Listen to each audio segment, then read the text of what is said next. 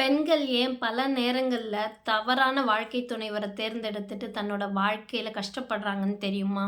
இல்ல சப்போர்ட் பண்ணாத ஒரு ஹஸ்பண்ட் இருக்காங்கன்னு தெரியுமா? அதுக்கு காரணம் அவங்க அப்பா கூட இருந்த உறவ சரி செய்யாதது தான் அதுக்கு காரணமா இருக்கும்.